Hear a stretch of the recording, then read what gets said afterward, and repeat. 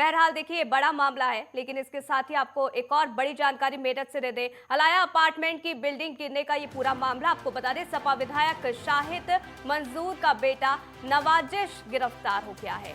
आपको बता दें पुलिस ने नवाजिश को मेरठ से गिरफ्तार किया है। नवाजिश के नाम पर बिल्डिंग है। इसके साथ ही आपको बता दें पुलिस नवाजिश को लखनऊ लेकर अब रवाना भी हो गई है। तो बड़ी जानकारी, इसमें गिरफ्तारी भी हुई है। आपको बता दें सपा विधायक शाहिद मंजूर का बेटा नवाजिश गिरफ्तार हो गया है और इसके बाद आपको बता दें कि मेरठ से इसकी गिरफ्तारी हुई है। हालांकि नवाजिश के नाम पर यह बिल्डिंग है। दीपक, नवाजिश गिरफ्तार हो गया है, क्या कुछ जानकारी मिल रही है? क्योंकि लखनऊ लेकर भी जी रवाना हुई पुलिस। जी बिल्कुल, बता दें कल रात को ही लखनऊ की टीम यहां से जाती है मेरठ। मेरठ पहुंचकर कैबिनेट मंत्री के बंगले पर दस्तक देती है पुलिस। दस्तक देने के बाद वहां पर नवाजिश, जिसके नाम से ये बिल्डिंग पंजीकृत है, उसको गिरफ्तार करती है और लखनऊ के लिए रवाना हो चुकी है। और अब पुलिस पूछताछ भी करेगी आखिर ये बिल्डिंग और इसमें कौन कौन लोग थे और कौन जिम्मेदार लोग हैं जो इस तरह से काम कर रहे हैं। ऐसे लोग जो लोगों की जान से खेल रहे हैं, तो कहीं ना कहीं आने वाले समय में लखनऊ पुलिस और बड़े अधिकारी बड़ा खुलासा कर सकते हैं। जिस तरह से ये बिल्डिंग जमींदोज हुई है और लोगों की जान पर आफत बनी है, तो कहीं ना कहीं अब जो नवाजिश अंडर पुलिस के आया है, तो कहीं ना कहीं बड़े बयान देता हुआ नजर आएगा। क्योंकि जिस तरह से राजधानी लखनऊ की बात की जाए, तो कल ही रात में पुलिस रवाना होती है और मेरठ पहुंचती है और उसको लेकर, नवाजिश को लेकर लखनऊ वापसी कर रही है। तो कहीं ना कहीं जब नवाजिश पुलिस के पास आएंगे तो क्या बयान देते हैं, आखिर इस अपार्टमेंट में साझेदारी किसकी थी और किन्होंने बनवाया, तमाम वो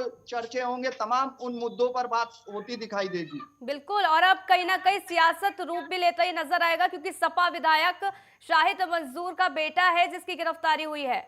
दीपक, जी बिल्कुल, बता दें शाहिद मंजूर जो सपा सरकार में कैबिनेट मंत्री हुआ करते थे, मेरठ से आते हैं और बात की जाए तो कद्दावर नेता भी माने जाते हैं। तो ऐसे में अगर बात की जाए, उन्हीं का अपार्टमेंट है और उन्हीं के बेटे के नाम से पंजीकृत है, तो कहीं ना कहीं आने वाले समय में राजनीति उत्तर प्रदेश की गर्म होती दिखाई देगी। और बात की जाए तो घटना स्थल पर ब्रिजेश पाठक भी पहुंचे थे, पूर्व उत्तर प्रदेश के मंत्री मोहसिन रजा भी पहुंचे थे। और बात की जाए तो कांग्रेस के प्रवक्ता जिशान हैदर, समाजवादी प्रवक्ता, तमाम वो नेता, बात की जाए तो घटना स्थल पर पहुंचे थे। अब आने वाले समय में उत्तर प्रदेश की राजनीति गर्माती हुई दिखाई देगी, क्योंकि जिस तरह से समाजवादी पार्टी के नेता बिल्डर बने घूम रहे हैं, लोगों से के जान से खिलवाड़ कर रहे हैं। और बात की जाए लखनऊ विकास प्राधिकरण की, तो वो जिस तरह से जिम्मेदार मुखिया हो चाहे जिम्मेदार लोग हैं, आंखों पर पट्टी बांधे हुए हैं, तो कहीं ना कहीं ये हादसों का दावत चलता रहेगा। यहीं यहाँ ये सिलसिला नहीं रुकने वाला। अगर अधिकारी नहीं जागते हैं तो लगातार ऐसे हादसे शहर में होते हुए दिखाई देंगे, क्योंकि एक बिल्डिंग नहीं है, शहर में ऐसे हजारों बिल्कुल, बिल्डिंगें अब हैं जहां बहुत पर। ज्यादा जरूरी हो जाता है कार्रवाई करना और एक नजीर पेश करना। दीपक, आप बने रहिएगा, क्योंकि एक और बड़ी जानकारी दर्शकों तक पहुंचा दे। लखनऊ बिल्डिंग हादसे से जुड़ी बड़ी खबर मिल रही है। मंडलायुक्त ने एफआईआर के निर्देश दे दिए हैं। आपको बता दें सभी जिम्मेदारों पर एफआईआर के निर्देश दिए गए हैं। याजदान समेत अन्य पर एफआईआर के आदेश दिए गए हैं। तो अब क्योंकि कार्रवाई का दौर भी शुरू हो गया है और ऐसे में आपको बता दें कि ये बड़ा मामला है लखनऊ बिल्डिंग हादसे का, और इसमें जहां एक और गिरफ्तारियां हो रही हैं, तो वहीं दूसरी ओर मंडलायुक्त ने एफआईआर के निर्देश दे दिए हैं। यानी सभी जिम्मेदारों पर अब एफआईआर के निर्देश दिए गए हैं, उन पर एफआईआर दर्ज होगी। याजदान समेत अन्य पर एफआईआर के आदेश यहाँ पर दे दिए गए हैं।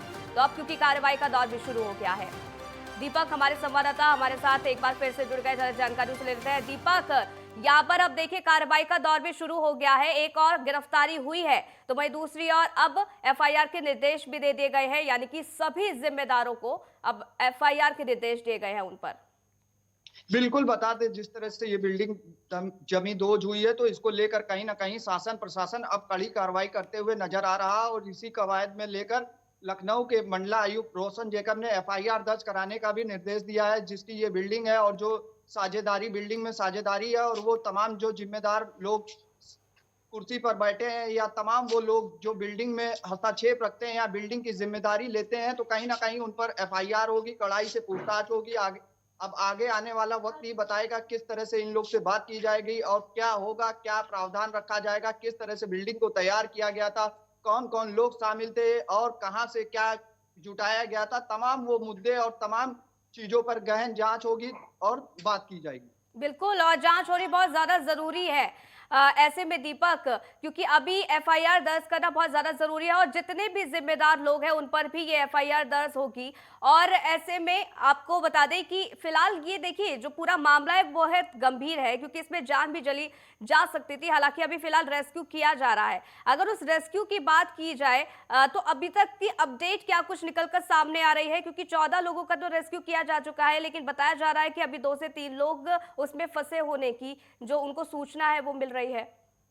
जी, बिल्कुल बता दें, अगर 5 मंजिला इमारत है तो कहीं न कहीं लगभग 20 से 25 परिवार तो रहता ही होगा और जिस तरह से बात की जाए 14 लोगों को निकाल लिया गया और उनको सुरक्षित निकाला गया, उनको इलाज मुहैया कराया जा रहा है। कुछ लोगों को केजीएमयू में एडमिट कराया गया है, तो कुछ लोगों को सिविल में एडमिट कराया गया और साथ ही साथ बात की जाए तो अभी भी कुछ लोग मलबे में दबे हुए हैं जिनको लेकर अधिकारी और तमाम एनडीआरएफ की टीम लगातार संपर्क में है और तमाम चीजें कर रही है, चाहे ऑक्सीजन के माध्यम से, चाहे बात की जाए ऑक्सीजन पाइप के माध्यम से लोगों को सांस भेजी जा रही है और तमाम वो चीजें की जा रही है, मॉक ड्रिल की जा रही है और ड्रिल मशीन के थ्रू दीवालों को काट कर मलबों को हटाकर लोगों को सुरक्षित निकाला जा रहा है और लगातार शासन प्रशासन की टीम हो, चाहे सेना पुलिस हो, चाहे एनडीआरएफ हो, चाहे बिल्कुल एसडीआरएफ हो, दीपक, लगातार। और बहुत ज्यादा जरूरी हो जाता है जल्दी जल्दी से रेस्क्यू करना, क्योंकि वहां पर अगर लोग फंसे हुए हैं, ऐसे में ऑक्सीजन सप्लाई की जा रही है और उतना ही जरूरी हो जाता है कि जो ये अधिकारी है, जो ये कर्मचारी है, ये तमाम तरीके की काम करें और उसके चलते लोग जो भी फंसे हुए हैं उनका रेस्क्यू किया जाए। बहुत बहुत शुक्रिया दीपक, आगे भी आपसे अपडेट लेते रहेंगे। फिलहाल के लिए बहुत बहुत शुक्रिया हमारे साथ जुड़ने के लिए।